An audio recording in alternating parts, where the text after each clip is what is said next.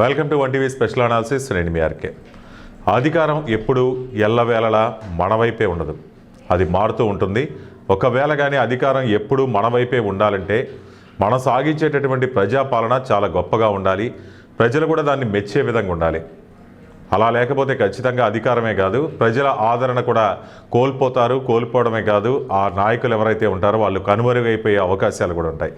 ఇప్పటికీ చాలా రాజకీయ పార్టీలు కూడా అలాగే విమర్శలతో అధికారం కోల్పోయినటువంటి పార్టీలు అయితే కోకొల్లలుగా ఉన్నాయి. మరి అధికారం ఉన్నప్పుడు తెలియదు వాళ్ళకి, తాము చేసేదంతా మంచే, కరెక్ట్ పాలన సాగుతోంది అనేటటువంటి భ్రమలో ఉంటారు. అయితే ఇక్కడ ఒకటి గమనించాలి. ఒకటి, రాజు మాత్రమే కరెక్ట్గా ఉంటే సరిపోదు, ఆయన చుట్టూ ఉన్నటువంటి పరివార గణం కూడా అంతే కరెక్ట్గా ఉండాలి. ప్రజాపాలన కూడా అదే విధంగా చేయాలి, ప్రజలకు ఎల్లప్పుడూ అందుబాటులో ఉండాలి, ప్రజలకు మంచి చేసే గుణం అనేది ఉండాలి. అలా లేకపోతే మాత్రం పదవులకి దూరం చేసే బాధ్యత మాత్రం ఒక్కరే తీసుకుంటారు, అది ప్రజలు ఖచ్చితంగా తీసుకుంటారు.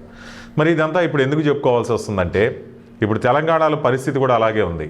తెలంగాణలో ముఖ్యంగా బీఆర్ఎస్ పార్టీ పరిస్థితి 2 పర్యాయాలు అంటే 10 సంవత్సరాల పాటు పాలన సాగించినటువంటి బీఆర్ఎస్ పార్టీపై ఒక వ్యక్తి రాసిన లేఖ చాలా చర్చనీయాంశమైంది. అంటే నేరుగా కేటీఆర్ని కలవకపోయినా ఆ అవకాశం ఉండదు కాబట్టి ఒక లేఖ ద్వారా ఒక సాధారణ వ్యక్తిని ఆయనకు లేఖ రాసి ఆ పార్టీలో ఉన్నటువంటి లోటుపాట్లను అనేది ఎత్తి చూపించడం జరిగింది. ఇది ఖచ్చితంగా బీఆర్ఎస్ పార్టీ దృష్టికి వెళ్తే మాత్రం ఆలోచింపజేసేటటువంటి లేఖగానే చెప్పాలి. అసలు బీఆర్ఎస్ పార్టీ అధికారం ఎందుకు కోల్పోయింది, ఆ పార్టీలో ఉన్నటువంటి లోపాలేంటి అనేటటువంటిది కూడా వివరించే ప్రయత్నం చేశారు. కానీ అందులో అతను మొట్టమొదటిగా స్టార్ట్ చేసింది, ఈసారి నా ఓటు అయితే మీ పార్టీకి పడదు, నేను వెయ్యను అనేటటువంటి విషయంతో మొదలుపెట్టి చాలా లోపాలు చూపించాడు. అందులో ఆయన మొదలుపెట్టడమే క్షమించమంటూ మొదలుపెట్టాడు. క్షమించి రామన్న అంటే కేటీఆర్ని ఉద్దేశించి, నేనైతే ఓటు వేయలేకపోతున్నాం. ఓ వ్యక్తి BRS working president Sircilla MLA అయినటువంటి కేటీఆర్కు ఆ లేఖలో చెప్పడం జరిగింది. గులాబీ కోటలో మారుతున్న గాలి అంటే ఒక టైటిల్ పెట్టారు. ఇప్పుడు ఆ లేఖే సోషల్ మీడియాలో వైరల్ ఉంది. అందులో ఆయన ప్రధానంగా చెప్పింది ఏంటంటే, జలగల్లాంటి నాయకులు, పర్సంటేజీల కోసం పాకులాడేటటువంటి మీ నాయకులు ఉన్నంతకాలం మీకు ఓటు పడదు, నా ఓటే కాదు, మీకు అధికారం తెచ్చేంత ఓటు అయితే మీకు పడదు అంటారు. ప్రభుత్వ పథకాలు ఏవైనా కానీ మా గడపకి తొక్కాలంటే మేము అర్హులైనా కానీ మీ కమిషన్ వీరులు, మీ పార్టీలో ఉన్నటువంటి కమిషన్ లేదే పని జరగనటువంటి వీరులు, వాళ్ళ కన్నిసన్నల్లో జరగాల్సిందే. మీరు సంక్షేమం పేరుతో పంపిస్తున్నారు డబ్బు, కానీ అది మా దాకా చేరట్లేదు. మీ నాయకులు జలగల్లా పీల్చేస్తున్నారు మా రక్తాన్ని. పర్సంటేజీలు లెక్కలు తలుచుకుంటేనే మళ్ళీ కారు గుర్తుపై ఓటు ఎందుకు నొక్కాము అనేటటువంటి అపరాధ భావంతో మేమున్నాము. జీ హుజూర్ క్యాంపులు ఎక్కువ ఉన్నాయి, ఆత్మగౌరవానికి సంఖ్యలేసినటువంటి పరిస్థితి మీ పార్టీలో ఉంది. ప్రజా జీవితంలో మీ బంధుగణం చూశారు కదా. అసలు బీఆర్ఎస్ పార్టీ అంటేనే మనకు తెలిసింది ఏంటంటే బంధు ప్రీతితో కూడుకున్నటువంటి పార్టీగా అయితే దాన్ని అభివర్ణిస్తుంటారు.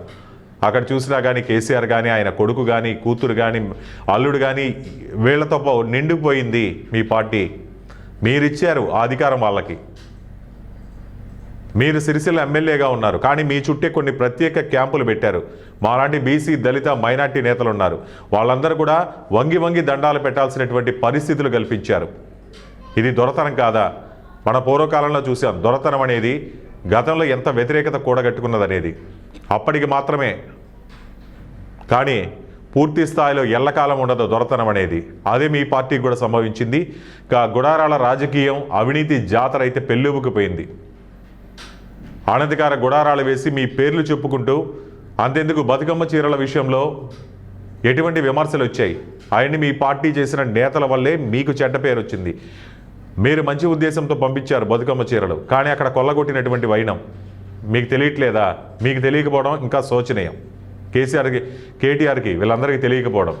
అభివృద్ధి అంటున్నారు, ఆ ముసుగులో జరిగినటువంటి అవినీతి జాతర మాకు తెలుసు ప్రజలుగా, మీ దాకా ఎందుకు రావట్లేదు అనేది అర్థం కావట్లేదు. అలాగే గల్లీ లీడర్లు కూడా అధికారంలో ఉన్నటువంటి లీడర్లు కాదు, ఆయన వాళ్ళ పేర్లు చెప్పుకొని మీ కింద ఉన్నటువంటి లీడర్ల అనునాయులు కూడా వాళ్ళు స్టీరింగ్ లేకుండా, మీ పార్టీకి స్టీరింగ్ లేకుండా వాళ్ళు చేసినటువంటి అవినీతి అక్రమాలు మీకు అర్థం కావట్లేదు అనేటటువంటిది ఆయన ఎత్తి చూపే ప్రయత్నం చేశారు. మీరంటే బిజీగా ఉంటారు, కానీ మీ కింద ఉన్నటువంటి చిన్న చిన్న లీడర్లు కూడా గల్లీలో ఆగడాలు చేస్తున్నారు, బెదిరింపులు చేస్తున్నారు. మీ చిట్టి కారు డ్రైవర్లు చూశాక అర్థమైంది. కాకపోతే కారు పార్టీ అని ముద్ర మీకుంది, కానీ ఆ కారుకున్నటువంటి బ్రేకులు కానీ స్టీరింగ్లు కానీ మీ దగ్గర లేవు. భూదోపిడీలు చేశారు. పేదవాడిది ఆక్రందన మీకు వినపడట్లేదు. అసలు భూమి పుట్టినప్పటి నుంచి లేనటువంటి దోపిడీ మొత్తం మీ హయాంలోనే కనపడింది. భూములు మీ నాయకుల కబంధ హస్తాల్లో ఉన్నాయి, వదిలించుకోలేకపోతున్నాం. Real estate సామ్రాజ్యాలు పెళ్ళూపుకిపోయాయి. ఈసారి మాత్రం ఖచ్చితంగా కారు గుర్తుకి ఓటేయలేం. మీ అనుచరులు కానీ మీ బంధుగణం కానీ కోట్లకు పడగలెత్తి ఆకాశంలో ఉన్నారు. తెలంగాణ రాకముందు వాళ్ళకున్నటువంటి, ఒక మాట చెప్పాలి, తెలంగాణ రాకముందు వాళ్ళకున్నటువంటి ఆస్తులు ఏంటి, 10 ఏళ్ళు గడిచిన తర్వాత ఇప్పుడున్నటువంటి ఆస్తులు, ఇవన్నీ చూడాలి. అయితే చివరిగా ఒక మాట మాత్రం చెప్పారు, తప్పు అయితే మీది కాదు మాది, మీ మీద అభిమానంతో ఓటేసి అయితే తప్పు చేశాం. మీరు రిమోట్ పాలన కోసం సిరిసిల్ల పట్టణ భవిష్యత్తుని ఒక అనామకుడి చేతిలో పెట్టి ప్రగతిని పడకేయించాం.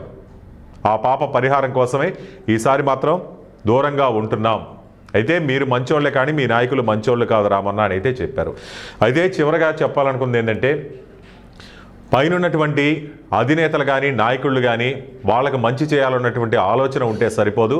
వాళ్ళ చుట్టూ ఉన్నటువంటి గణాన్ని కూడా వాళ్ళ చేతుల్లో పెట్టుకొని మీరు అందిస్తున్నటువంటి సంక్షేమం, అభివృద్ధి ఇవన్నీ కూడా ప్రజల చేతికి కరెక్ట్గా వెళ్తేనే మీకు ఓటు అనేది పడుతుంది, మీ అధికారం అనేది రిపీట్ అవుతుంది. కానీ మీరు అలసత్వం ప్రదర్శించి గాలికి వదిలేస్తే మాత్రం ఇప్పుడున్నటువంటి 2 సార్లు మీరు గెలుపొందినటువంటి మీ పరిస్థితి 3వ సారి ఏమైందో చూశారు కదా, అటువంటి ఫలితాలే వచ్చే అవకాశం ఉంది.